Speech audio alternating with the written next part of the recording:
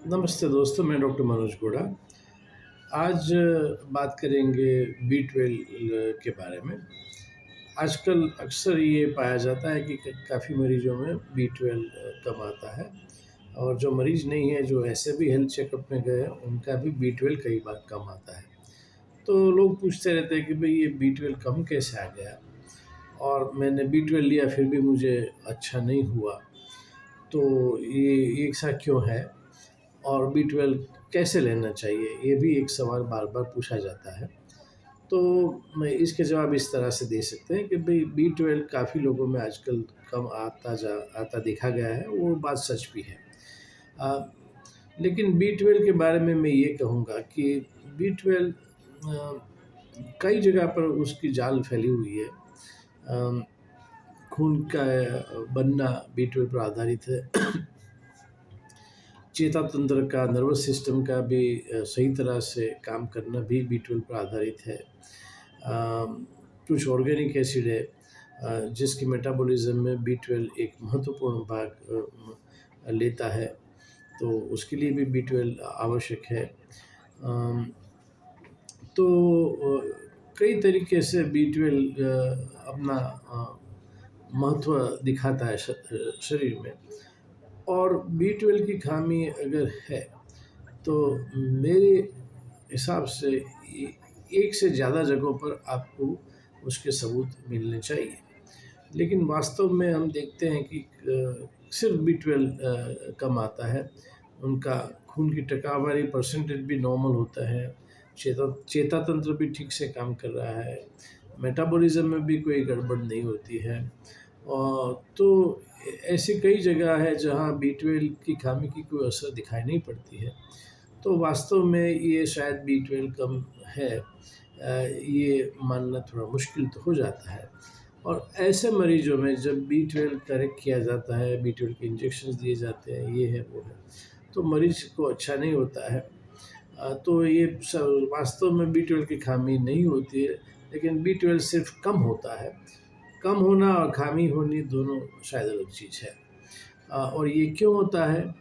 ये इसलिए हो सकता है कि बी12 दो हिस्सों में बना है, एक सक्रिय हिस्सा है और एक निष्क्रिय है, और जो नापा जाता है वो दोनों हिस्सों को नापा जाता है। तो ये भी हो सकता है कि आपका सक्रिय हिस्सा बिल्कुल नॉर्मल हो और जो निष्क्रिय हिस्सा है वो थोड़ा कम हो, तो कुल मिला के रिपोर्ट कम आएगा, लेकिन बी12 से आपको फ़ायदा नहीं होगा। तो इस तरह के लोगों में मेरे हिसाब से बी12 से कोई फ़ायदा नहीं होता है। तो ये एक बात रही। दूसरी बात ये रही कि भाई बी12 कैसे लिया जाना चाहिए। मुँह से लेना है, जीभ के नीचे लेना है, इंजेक्शंस लेना है। तो उसका जवाब इस तरह है कि भई बी12 ज़्यादा तक खाने में डेफ़िशिएंसी की वजह से उसकी डेफ़िशिएंसी होती है। अगर खाने में आप सप्लीमेंट कर दो, तो आपका खाना बिल्कुल नॉर्मल हो जाएगा और बी12 आंत के ज़रिए एब्ज़ॉर्ब होके उसका सही काम करेगा। तो ज़्यादातर लोगों में मुँह से लेना उचित है।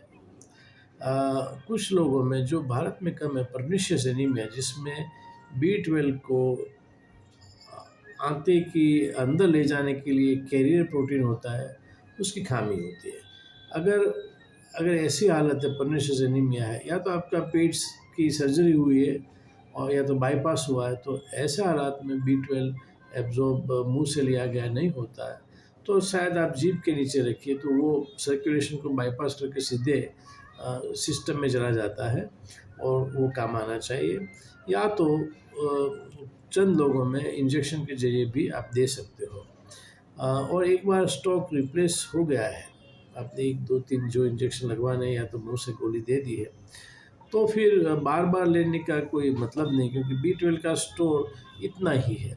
अगर ढेर सारा आप बी12 डालते रहोगे, हर रोज़ लेते रहोगे गोलियाँ या इंजेक्शंस, तो वो 5 लीटर के कैन में आप 25 लीटर पानी डालते हो, तो 20 लीटर पानी तो हर रोज़ वेस्ट होगा। उसी तरह बी12 मेगा डोज़ में आज फैक्ट्री में बनता है, तो उसको ज़्यादा मात्रा में लेने से कोई शायद नुकसान तो नहीं है, लेकिन वो वाटर सॉल्युबल होने की वजह से वो यूरिन में निकल जाता है और आपके पैसे पेशाब में जाते हैं।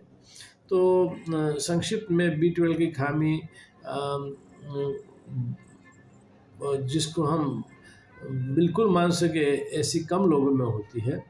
कुछ लोगों में B12 में सच में खामी होती है, उनको एक से ज़्यादा जगह पर उसके सबूत मिलेंगे। और B12 ज़्यादा तक मुंह से लेते रहिए, और कुछ चंद ही केसों में जीभ के नीचे या तो इंजेक्शन के जरिए लेने चाहिए। नमस्कार, मैं डॉक्टर मनोज गुप्ता।